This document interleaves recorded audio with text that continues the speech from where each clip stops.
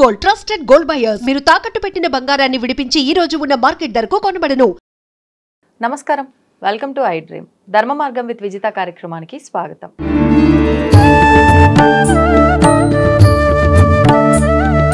ప్రస్తుతం మనతో పాటు ఉన్నారు వేద పండితులు పవన్ కుమార్ శర్మ గారు. ఇప్పుడు వారితో మాట్లాడి మరిన్ని విషయాలు తెలుసుకుందాం.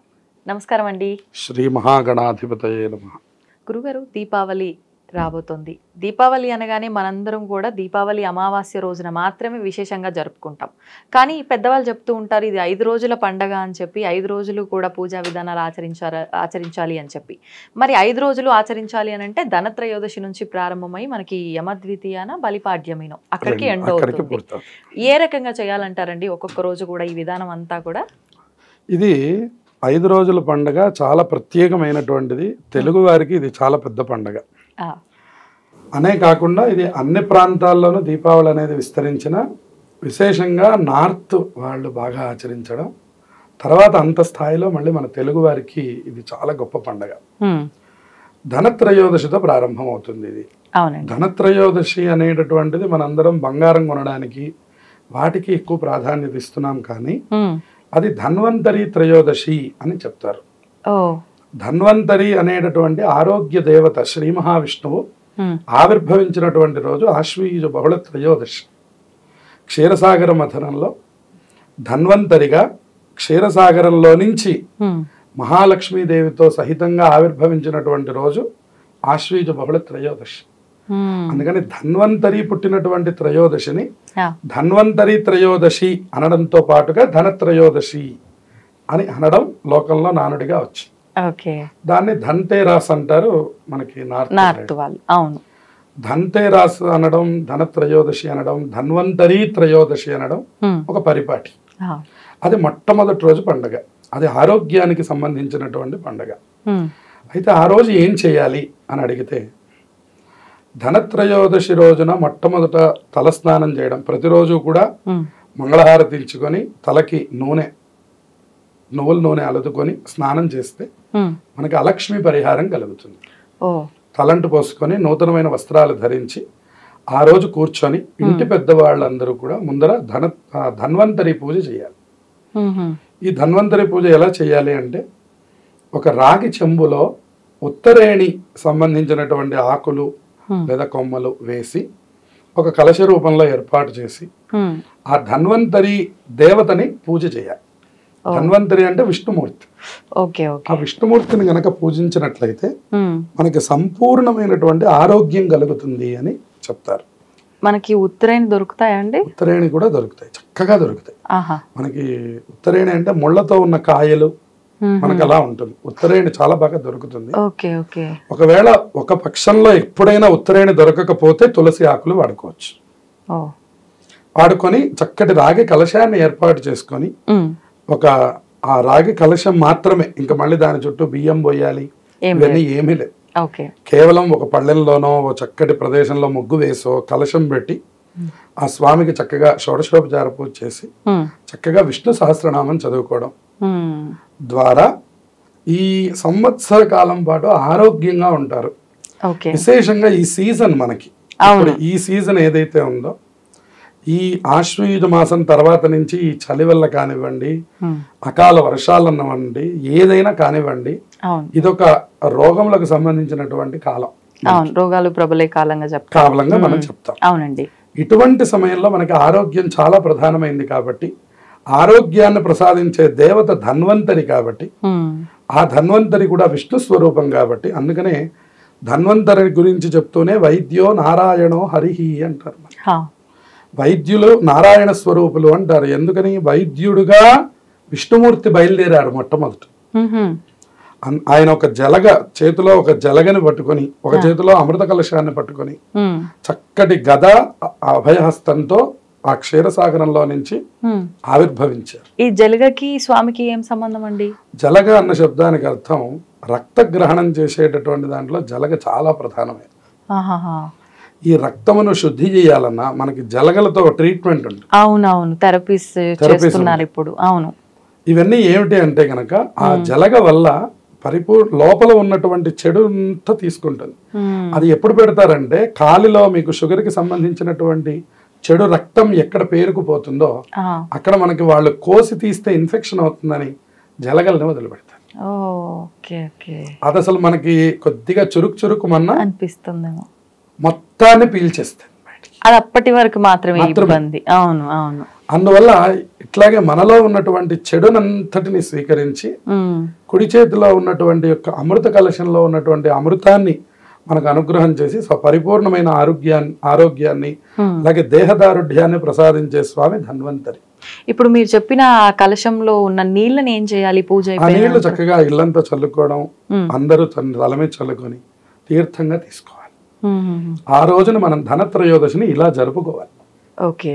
ఆ రోజు అందరూ కూర్చొని కుదిరితే విష్ణు సహస్రనామం చదువుకోవడం, ఆ తర్వాత చక్కగా ఆ ధన్వంతరి కలశంలో ఉన్నటువంటి నీళ్ళని తీర్థంగా తీసుకుంటే సంవత్సర కాలం ఆరోగ్యం కలుగుతుంది అని ఒక ప్రధానమైన విశ్వాసం. ఇప్పుడు ఒకవేళ అవి స్టోర్ చేసి కూడా పక్కన పెట్టుకోవచ్చా? ఇంకా స్టోర్ చేయాల్సిన పని లేదు. ఇంట్లో వాళ్ళు తీసుకుంటే మళ్ళీ వేరే ఇంకా దాన్ని స్టోర్ చేయాల్సిన పని లేదు. ఓకే. ఇప్పుడు కొన్నిసార్లు గంగా జలం అని చెప్పి మనం క్షేత్రాలకు వెళ్ళినప్పుడు తీసుకొచ్చిన నీళ్లు కూడా ఉంటాయి, అలాంటివి కూడా ఉపయోగించవచ్చు ఇక్కడ? అసలు ఇంకా విశేషం అవి.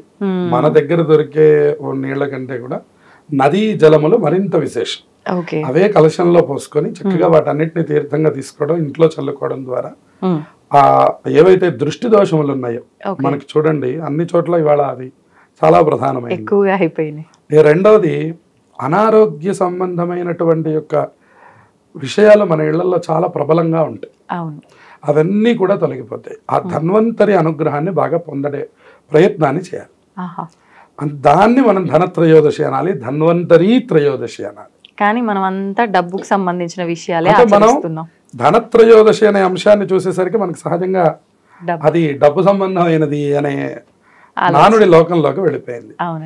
కాబట్టి ఈ పగలు కార్యక్రమం అంతా ఈ విధంగా చక్కగా ఆ ధన్వంతరి పూజ చేసుకోవడం, ఓం నమో భగవతే ధన్వంతరయే మహావిష్ణవే అమృత కలశ హస్తాయ నమః అనే నామాన్ని చక్కగా చదువుకుంటే చాలా విశేషమైనటువంటి ఫలితాలు వస్తాయి. ఎవరో ఒకళ్ళు 108 సార్లు ఈ మంత్రాన్ని చదువుకున్నా కూడా ఇంటిల్లిపాదికి ఆ ఫలితం వస్తుంది. ఓం నమో భగవతే ధన్వంతరయే అమృత కలశ హస్తాయ మహావిష్ణవే నమః. ఈ మంత్రాన్ని బాగా చదువుకుంటే అత్యద్భుతమైనటువంటి ఫలితాలు వస్తాయి, పరిపూర్ణమైన ఆరోగ్యం కలుగుతుంది. ఇక సాయంత్రం వేళలో యమదీపాన్ని పెట్టాలి ఈ రోజునే, ధన్వంతరి రోజు. ఆ యమదీపాన్ని 6:45 అంటే సూర్యాస్తమయం జరగాలి, పూర్తిగా రాత్రి కాకూడదు, సంధ్యకాలంలో పెట్టాలి. పెట్టి అందులో 2 ఒత్తులు వేసి దాన్ని వెలిగించి యముడికి చిత్రగుప్తుడికి నమస్కారం చేయాలి. ఒకటే ప్రమిదలో 2 ఒత్తులు వేసి. ఇది ఇంటి గుమ్మం బయట, లోపల బయట వైపుగా పెట్టాలి. మెయిన్ డోర్ కి గుమ్మం బయట. ఇండిపెండెంట్ హౌస్ ఉన్నటువంటి వాళ్ళైతే మేడ మీద పెట్టాలి. ఓకే. ఇండిపెండెంట్ గా కనుక ఇల్లు కట్టుకున్న వాళ్ళు అదృష్టవంతులు ఉంటే, వాళ్ళ వరకే స్వంతంగా ఇల్లు ఉంటుంది కాబట్టి చక్కగా వాళ్ళు పైన మేడ పైన ఓపెన్ ప్లేస్ లో ఆ దీపం పెట్టాలి. ఇవాళ మన కల్చర్ కొంచెం అపార్ట్మెంట్ కి దగ్గర కాబట్టి మాకు అలా పైకి వెళ్ళి పెట్టే అవకాశం లేదు, లేదా మాకు అంత సౌకర్యం లేదు అని అనుకున్న వాళ్ళు, అద్దె ఇంట్లో ఉంటున్న వాళ్ళు వాళ్ళ గుమ్మం బయటనే పెట్టేసుకోవచ్చు. ఒక చిన్న ముగ్గు వేసుకొని, పద్మం ముగ్గు, దాని మీద ఈ దీపాన్ని ఉంచి ఆ దీపం మనకి ఆ 2 ఒత్తులుగా వెలిగేటట్లుగా చేసుకొని యముడికి చిత్రగుప్తుడికి నమస్కారం చేసుకోవాలి. ఇప్పుడు దీపం గుమ్మం సైడ్ కి వెలుగుతున్నట్టు ఉండాలా, ఆపోజిట్ లో ఆపోజిట్ డైరెక్షన్ లో ఉండాలి. ఓకే. ఉంటే మనకి పరిపూర్ణమైనటువంటి యమబాధలు కలగకుండా, అలాగే చిత్రగుప్తుడి యొక్క అనుగ్రహం, యమధర్మరాజు యొక్క అనుగ్రహం కలగడానికి వాళ్ళిద్దరికి నమస్కారం చేసి అప్పుడు లోపలికి వచ్చి సంధ్యాదీపం ఇంట్లో వెలిగించాలి. ఆ తర్వాత ధనత్రయోదశి రోజు చేయవలసిన మొట్టమొదటి పని మన ఇంట్లో ఉన్నటువంటి బంగారమునకు పూజించుకోవాలి. ఇంట్లో ఉన్న బంగారానికి.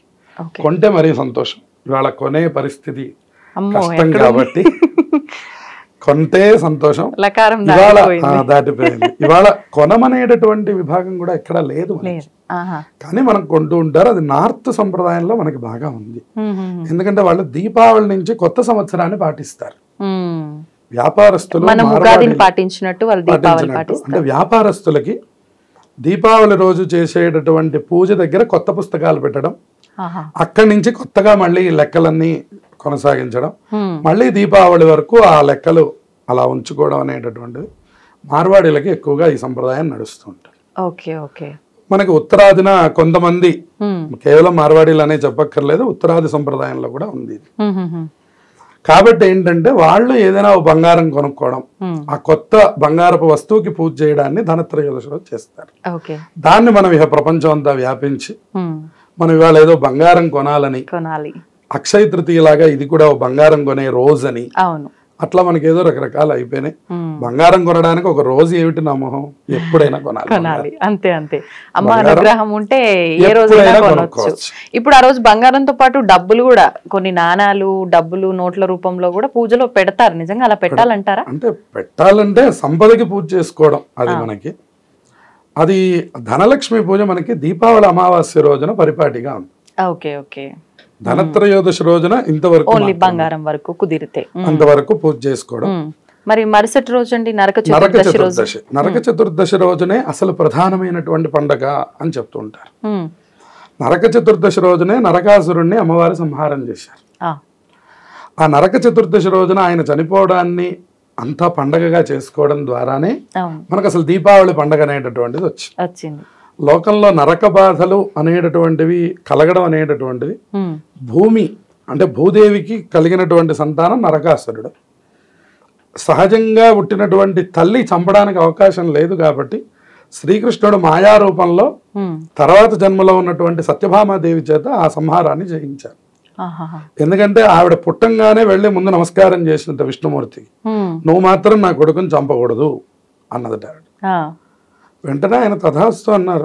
అంటే ఆయన ఇంకో ప్రణాళిక ఏదో చేస్తారు, ఆ క్షణంలో ఆయన తథాస్తు అన్నట్ట. అందుకని ఆయన అక్కడి దాకా తీసుకొస్తారు కానీ ఆయన చంపలేదు. ఆయన మూర్ఛ వచ్చి వెనకాలకుంటే సత్యభామాదేవి తన చేతులతో తనే చంపుకున్నట్టు అనమాట.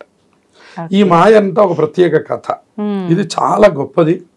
లోకంలో నరక బాధలు లేకుండా ఉండాలి అని శ్రీకృష్ణ పరమాత్మ అందరికీ అనుగ్రహం చేసిన రోజు కాబట్టి ఆ రోజును కూడా మళ్ళీ అభ్యంగన స్నానం చేయడం, ఆ రోజునే అసలు పండగ జరుపుకోమని మనకి శాస్త్రంలో చెప్పబడి ఉంది. ఇవాళ మనం దీపావళి రోజు అంటే అమావాస్య రోజు ఆ పండుగని ఎక్కువగా జరుపుకున్నారు. 5 రోజులు కాస్త ఒక రోజుగా జరుపుకుంటున్నాం. ఇప్పుడు ఈ రోజున నరక చతుర్దశి రోజున ప్రత్యేకంగా మళ్ళీ దీపారాధన ఏమైనా ఎన్ని దీపాలే పెట్టాలి? ధనత్రయోదశి రోజు నుంచి కార్తీక మాసం చివరి వరకు కూడా ఈ దీపాలు అనేటటువంటివి అట్లా కొనసాగుతూనే ఉంటాయి. ఆ రోజు ప్రారంభం. అందులో మొట్టమొదటిది యమదీపం పెట్టేస్తే అప్పుడు సంధ్యాదీపం ప్రారంభం చేస్తే ఆ దీపం మళ్ళీ కార్తీక బహుళ అమావాస్య వరకు ప్రతిరోజు సాయంకాలం పూట దీపారాధన చేసుకోవడం, కార్తీకంలో ఆ దీపాలకు విశేషంగా పూజ చేయడం అనేటువంటిది మనకి కొనసాగుతూ ఉంటుంది. అందుకని ధనత్రయోదశి, నరక చతుర్దశి, ఇక అమావాస్య రోజున హారతులు అని మనకి పొద్దున్నే మంగళహారతి ఇస్తారు. అంటే చాలా మందికి నరక చతుర్దశి తెలియదు, కానీ పూర్వ సంప్రదాయంలో నరక చతుర్దశే ప్రధాన పండగగా చేసేవారు. అమావాస్య స్నానం మనకు అలవాట్లేదు, అందువల్ల నరక చతుర్దశి రోజే ఈ హారతులు ఇచ్చేవారు. అయితే ఇప్పుడు ఈ అమావాస్య రోజు హారతి ఇవ్వడంలో ఏమిటి ఆ సంప్రదాయం అంటే ఆ రోజున కొన్ని నోములు చేస్తారు. కేదారేశ్వర నోము ఇవన్నీ కూడా అమావాస్య రోజు చేస్తున్నారు కాబట్టి ఈ రోజు హారతులు ఇవ్వడం అనేటువంటిది మనకి లోకంలోకి సంప్రదాయం వచ్చిన అదేం తప్పు కూడా కాదు. అమావాస్య రోజు ఉదయాన్నే చక్కగా వాళ్ళకి ఆ మంగళహారతి ఇచ్చి ఒంటి నిండా నువ్వుల నూనె రాస్తే దరిద్ర దేవత ముందర ఒంటి నుంచి పోతుంది, తర్వాత ఇంటి నుంచి ముందర ఒంటి మీద వెళ్ళిపోవాలి. వెళ్ళిపోయి శుభ్రంగా స్నానం చేసి నూతన వస్త్రాలు ధరిస్తే అప్పుడు లక్ష్మీప్రదమైనటువంటి రూపం ముందర మనకు కలుగుతుంది. అప్పుడు మనం వెళ్ళి ముందర ఆ దేవతల యొక్క ఆరాధన చేయడం. ఆ రోజున చక్కగా ఆ కేదారేశ్వర వ్రతాలు. ఇప్పుడు ఇది వాయనం అంటే వంతన ఉన్న వాళ్ళే చేసుకుంటారు కదండి చాలా వరకు. అది లేని వారు మామూలుగా లక్ష్మీ పూజ నిత్య దేవతారాధన చేసుకుని పిండి వంటల నైవేద్యం పెట్టి భోజనం చేయవచ్చు. ఇంట్లో కేదారేశ్వర వ్రత సంప్రదాయం ఉంటే మాత్రం అది కొనసాగించాలి. ఇప్పుడు ఆ రోజు సాయంకాలం లక్ష్మీ పూజ ఏ రకంగా చేసుకోవచ్చు అంటారండి? సాయంత్రం చేసే పూజని దీపలక్ష్మీ పూజ అంటారు. ఇళ్లల్లో వ్యాపార స్థలంలో చేసేదాన్ని ధనలక్ష్మీ పూజ అంటారు. రెండిటికి వ్యత్యాసం ఉంది. ఏ రకంగా? ఇంట్లో చేసేటటువంటి పూజనేమో ఉదయకాలంలో లక్ష్మీ ఆరాధనని చేసుకొని సాయంకాలం వేళలో దీపాలు వెలిగించి ఆ దీప లక్ష్మీ పూజ అని చేస్తారు. అందుకని దానికి దీపావళి అని పేరు. ఆవళి అంటే వరస అని అర్థం. వరసగా దీపాలు పెట్టడాన్ని దీపావళి అంటాం. వరుసగా ఉండాలి ఆ దీపాలు. అటువంటి దీపాలన్నీ కూడా పెట్టుకొని అమ్మవారికి పూజ చేసి దీపంలో మనకి 3 రకాలైనటువంటి శక్తులు కనపడతాయి. ఒకటి నూనె, ఒత్తి, అలాగే మనం వెలిగించినటువంటి అగ్గిపెట్టెతో వెలిగించిన దీపం. 3 వస్తువులు. మనకు ఒత్తులు, నూనె, అగ్గిపెట్టె ఉంటే దీపం వెలుగుతుంది. ఈ 3 వస్తువులకి ఉన్నటువంటి లక్షణం ఏమిటి అంటే 3 గుణాలని చెప్పారు. ఈ 3 గుణాల్లో ప్రధానమైనటువంటిది ఏమిటి అంటే సత్వగుణం. సత్వగుణానికి ప్రతీక ఒత్తులు వేయడం. ఆ ఒత్తులు చక్కగా తెల్లగా ఉన్నటువంటి ఆ ఒత్తుల్ని గనక మనం వేసి ఆ దీపాన్ని ఎప్పుడైతే మనం వెలిగిస్తామో మనలో ఉన్నటువంటి యొక్క తమో గుణం ఏదైతే ఉందో, తమో గుణం అంటే రాక్షసత్వం అంటాం మనం. ఆ తమో గుణం ఏంటంటే నూనె. అది రోజు రోజుకి అది కాసేపటి కరిగిపోతుంది. మళ్ళీ పోస్తారు, మళ్ళీ కరిగిపోవాలి, మళ్ళీ పోస్తారు, మళ్ళీ కరిగి. అంటే ఏంటంటే మనకి ఎప్పటికప్పుడు తమో గుణం నిండిపోతూ ఉంటుంది. మీరు ఎంత తీసేద్దామని ప్రయత్నం చేయండి, మళ్ళీ రీఛార్జ్ అయిన బ్యాటరీ లాగా మళ్ళీ అది యాక్టివ్ అయిపోతుంది. అప్పుడు ఏం చేస్తూ ఉంటారంటే అందుకనే ప్రతి వాళ్ళని దీపారాధన చేయమంటారు. దీపారాధన దగ్గర మనం కొట్టుకోకర్లా. ఏమంటే మగవాళ్ళు చేయాలండి, ఏమంటే ఆడవాళ్ళు చేయాలండి, ఎవరైనా చేయవలసిందే. దీపాలు ఆడవాళ్ళు పెట్టాలనో దీపాలు మగవాళ్ళు పెట్టాలనో ఎక్కడా లేదు. ఎవరికి అవకాశం ఉంటే వాళ్ళు దీపారాధన చేయండి, అది మీ ఇల్లే. మరి నూనె సంగతి అండి? నువ్వుల నూనె అత్యంత ప్రధానమైనది. నువ్వుల నూనెకి మించినటువంటిది ఏదీ లేదు. ఈ ఆవ నూనెలు, విప్ప నూనెలు ఇవన్నీ కూడా తంత్ర ప్రయోగంలో చెప్పబడినాయి. గణేష ఆరాధనలో కొబ్బరి నూనె చెప్పబడింది. నిత్య దీపారాధనలో నువ్వుల నూనెకి మించినటువంటి నూనె ప్రపంచంలో లేదు. అదే చాలా ప్రధానమైనది. అదే అలక్ష్మి పరిహారం చేసేది, అదే మనకి ఆరోగ్యాన్ని ఇచ్చేది, అదే మనకి అన్ని విధాల శుభాలను ఇచ్చేటువంటిది. కాబట్టి చక్కగా నువ్వుల నూనె వేసుకొని చక్కగా ఒక 9 దీపాలు, కనీసం పిల్లలు అయితే ఒక 5 దీపాలు, అలా ఎవరికి వాళ్ళు వాళ్ళ పళ్ళెం వాళ్ళ దగ్గర పెట్టుకొని ఆ లక్ష్మీదేవి యొక్క ఆరాధన చేసుకొని ఆ దీపాలను తీసుకెళ్లి ఇంటి చుట్టూ పెడితే మన ఇల్లు అలక్ష్మి లేకుండా నిరంతరం లక్ష్మీ అనుగ్రహంతో నిండిపోతుంది. అది దీపావళికి ఇంట్లో చేసుకోవాల్సింది. ఇప్పుడు ఈ దీపాలు కూడా చాలా మంది 18 అని 21 అని 108 అని చెప్పి సంఖ్య చెప్తున్నారు. అలా చూసుకోవాలంటారండి? అంటే సంఖ్య నియమం ఎక్కడ శాస్త్రంలో చెప్పబడాలి. ఓకే, అయితే బేసి సంఖ్యలో ఉండాలి. మనం దీపారాధనకి పూజ చేసేటటువంటి విభాగంలో 9, 5, 11, 16 అట్లా మనకి కొన్ని సంఖ్యలు చెప్పారు. అందులో మన శక్తి ఎంత ఉంటే అంత మనం ఎన్ని దీపాలైనా పెట్టుకోవచ్చు. అయితే ఈ కొవ్వొత్తి దీపాలు పెడుతున్నారు, దాన్ని మన శాస్త్రం ఏమీ అంగీకరించలేదు. చక్కగా నూనె పోసి ఒత్తి వేసి వెలిగించిన దీపమే దీపము తప్ప కొవ్వొత్తి దీపారాధనలు వెలిగించే సంప్రదాయం మన దగ్గర లేదు. ఇప్పుడు మామూలుగా నిత్య దీపారాధనలో అయితే 3 ఒత్తులు వేసి దీపారాధన అంటారు. మరి ఈ దీపావళి పండుగ రోజు పెట్టే ఈ దీపాలన్నింటిలో కూడా 3 ఒత్తులు వేయాలా? ఎన్ని ఒత్తులు? ఒక్క ఒత్తి వేసినా కూడా సరిపోతుంది. అంటే వరుసగా పెడుతుండడం వల్ల మీకు ఒక ఒత్తి దోషం రాదు. ఓకే, ఇప్పుడు గుమ్మం దగ్గర పెట్టేవైనా అంతే, మాసం అంతా కూడా పెడుతూ ఉంటాం కదా. అవును, అవి కూడా ఒక ఒత్తి వేసుకొని ఒక ఒత్తి వెలిగించవచ్చు. వాటికి ఒక ఒత్తి దోషం లేదు. ఇంట్లో పూజా మందిరంలో పెట్టే దాంట్లో ఒక ఒత్తి ఎప్పుడు వేయాలి. అందులో కూడా మనకి ఈ పైన ఉండేటువంటి వాటిల్లో కూడా ఊర్ధ్వంగా పైకి ఒకటి వెలగాలి, అడ్డంగా 2 వెలగాలి. అలా మామూలుగా 3 ఒత్తులు అడ్డంగానే వేసి వెలిగిస్తూ ఉంటారు. అవును, కానీ ఒకటి ఒత్తి కుంభ ఒత్తి ఉండాలి, ఒకటి పైకి వెలగాలి, 2 అడ్డంగా ఎదురుకుండా వెలగాలి. అది దీపారాధన ఇంట్లో చేయవలసిన సంప్రదాయం. ఏదైతే మనం అంటే ఇప్పుడు ఇట్లాంటి దీపావళి ఇట్లాంటి వాటిల్లో ఏమిటంటే ఒక ఒత్తినే వేసి వెలిగిస్తాము. ఆ ఒక ఒత్తి దీపాలు అనేకం పెడతాం. అవును, దానికి ఇంకా ఒక ఒత్తి దోషం లేదు. అన్నిటికీ పసుపు కుంకుమలతో పూజ చేస్తాం. ఇక్కడ మనకి ఏదో ఒక ఒత్తి వేస్తే అశుభమనో ఇంకో శుభమనో అని అనడానికి లేదు. ముందు మన భావన పోతే ఎదురుకుండా దేవత ప్రత్యక్షం అవుతారు. అందుకని ఇక్కడ ఆవళి అంటే వరస కాబట్టి ఎక్కువగా దీపాలు పెట్టండి అని చెప్పాడు. దానికి ఎవరి శక్తిని అనుసరించి వాళ్ళు.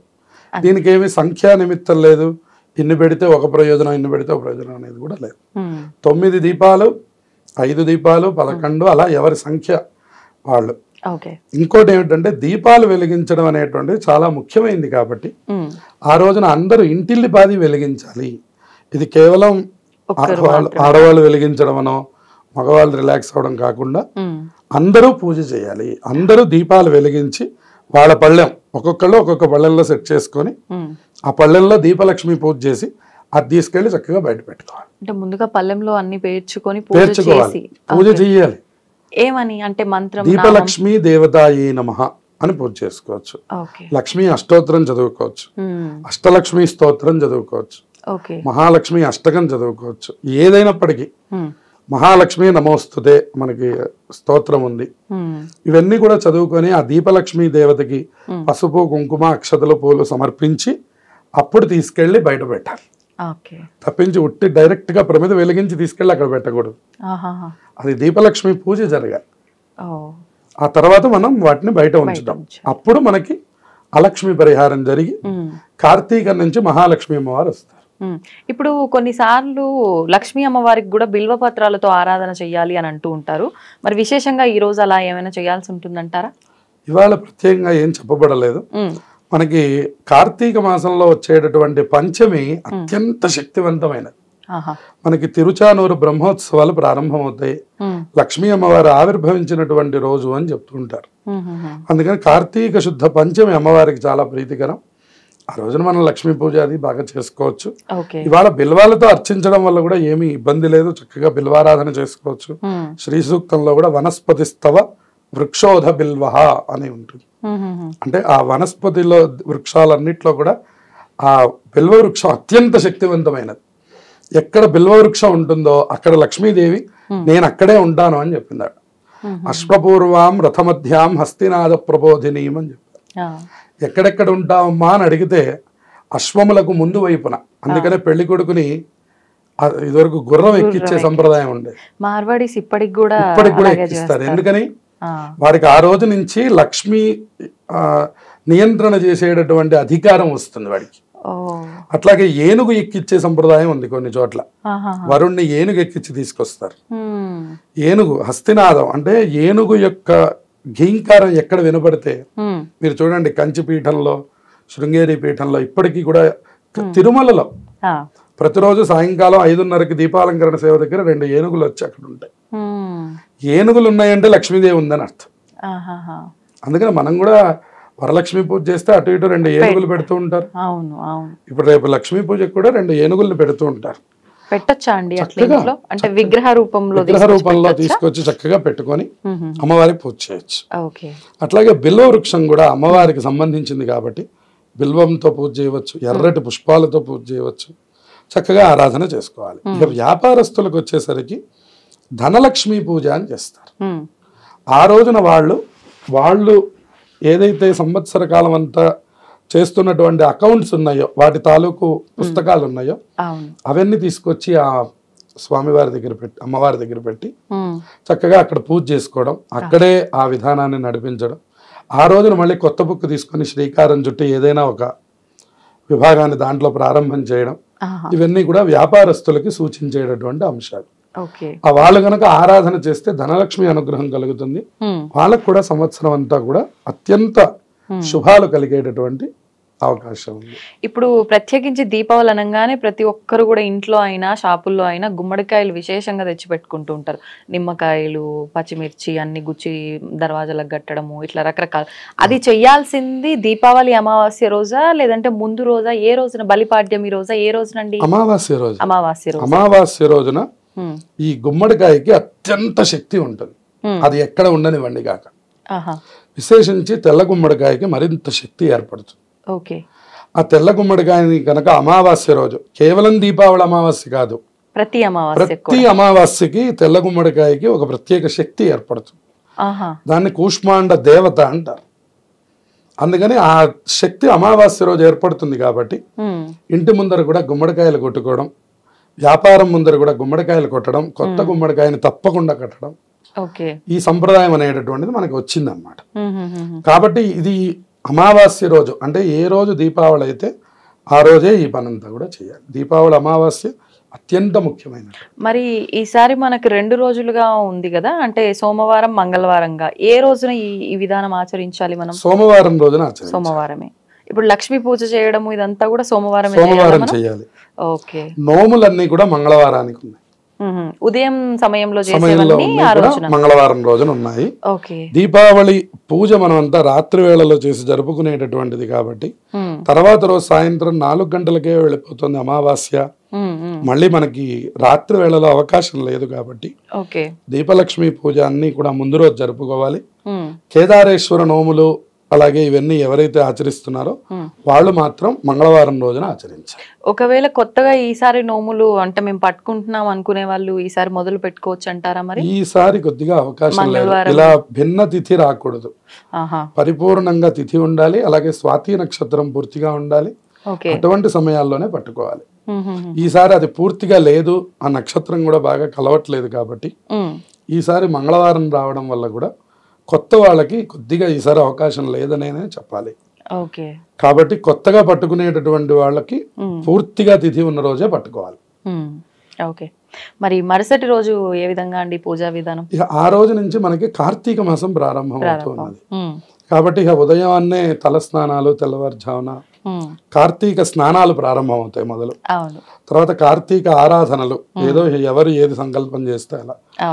కొంతమంది ఆ పంచాక్షరి జపం చేసుకోవడం, లేదా రోజు శివుడికి అభిషేకం చేసుకోవడం, ఏదో ఎవరి అనుష్ఠానం అంటే ఎవరికి ఎట్లా తోస్తే అలా భగవంతుడిని సేవించడం ప్రారంభించే రోజు కాబట్టి అది అలా ముందుకు తీసుకెళ్ళి ఆ రోజు సాయంకాలం నుంచి ఆ ఆకాశ దీపం అని ప్రతి వాళ్ళ ఇళ్లలోనూ ప్రతిరోజు కూడా సాయంకాలం దీపం చాలా ముఖ్యమైనది. ఉదయం తెల్లవారుజామున లేచి పెడితే అది ఒక గొప్ప విశేషం.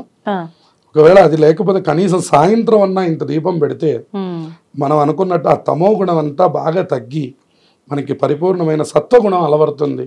సత్వగుణాలు లేకనే ఇవాళ మనకి ఇవన్నీ కూడా ఏర్పడుతూ ఉన్నాయి. అందరిలో ముందర సత్వగుణం నిండాలి అంటే కార్తీక దీపాలు విపులంగా వెలగాలి, అందరూ వెలిగించాలి. ముందర ప్రత్యేకంగా వెలిగించినట్లయితే జరుగుతుంది. ఆ తర్వాత ఇది బలిపాడ్యమి అని ఎందుకన్నారు అంటే బలిచక్రవర్తిని మహావిష్ణువు అనుగ్రహించినటువంటి రోజు ఈ బలిపాడ్యం. ఆయన అనేకమైనటువంటి దాన ధర్మములు చేసినటువంటి తర్వాత బలిచక్రవర్తిని ఆయన్ని చిరంజీవుల్లో చేర్చారు స్వామి. సప్త చిరంజీవుల్లో బలి ఒకరు. అశ్వత్థామ, బలిర్వ్యాసో, హనుమాంశ్చ విభీషణ, కృప పరశురామశ్చ సప్తైతే స్థిర జీవన అన్న. అందుకని ఆయన బలిచక్రవర్తి కూడా చిరంజీవి ఆయన. అందుకని ఆయన ఏం చేశారంటే, స్వామి నువ్వు భూమి మీద ఉంటే నువ్వు తప్పకుండా వెళ్ళిపోవాలి. చూడండి, మీకు భూమి మీద స్థిరమైనటువంటి జీవనం ఎవరికీ ఉండదు, మనిషికి ఉండదు, వస్తువుకి ఉండదు. ఇది స్థిరంగా జీవనం ఉంది అనడానికి ఈ భూలోకంలో ఎవరికి అవకాశం లేదు.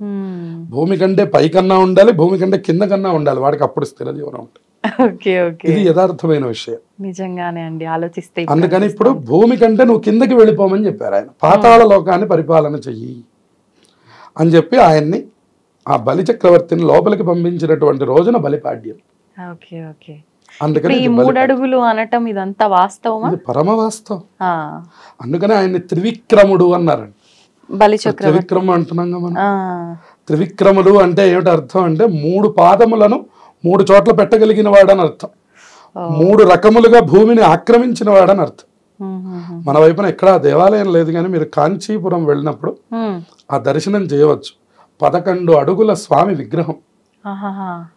భూమి, ఆకాశం, బలి ముగ్గురు మీద పాదాలు ఉన్నటువంటి 11 అడుగుల విగ్రహాన్ని కాంచీపురంలో మీరు చూడవచ్చు. అత్యద్భుత దర్శనం కాంచీపురంలో ఉన్నది మనకి. కాబట్టి ఆయన త్రివిక్రమ స్వామి అని పిలుస్తారు. ఒకవేళ వెళ్ళాలనుకున్న వాళ్ళు ఆ రోజున దర్శనం చేసుకోవడం ఉత్తమమైన దర్శనం. కాబట్టి ఆ బలిపాడ్యమికి ఆ పేరు అందుకని వచ్చింది. ఇక తర్వాత రోజున యమద్వితీయ. నేనేమంటానంటే యమద్వితీయని తెలుగు రాఖీ అంటాను. అంతేనా? ఎందుకని అంటే మనకి రాఖీ సంప్రదాయం మన దగ్గర లేదు. మీరు మీ అమ్మమ్మ గారినో మీ పై వాళ్ళని అడిగితే నువ్వు ఎప్పుడైనా రాఖీ కట్టించుకున్నావు అంటే రాఖీ అంటే ఏమిటని అడుగుతారు వాళ్ళు. యథార్థం.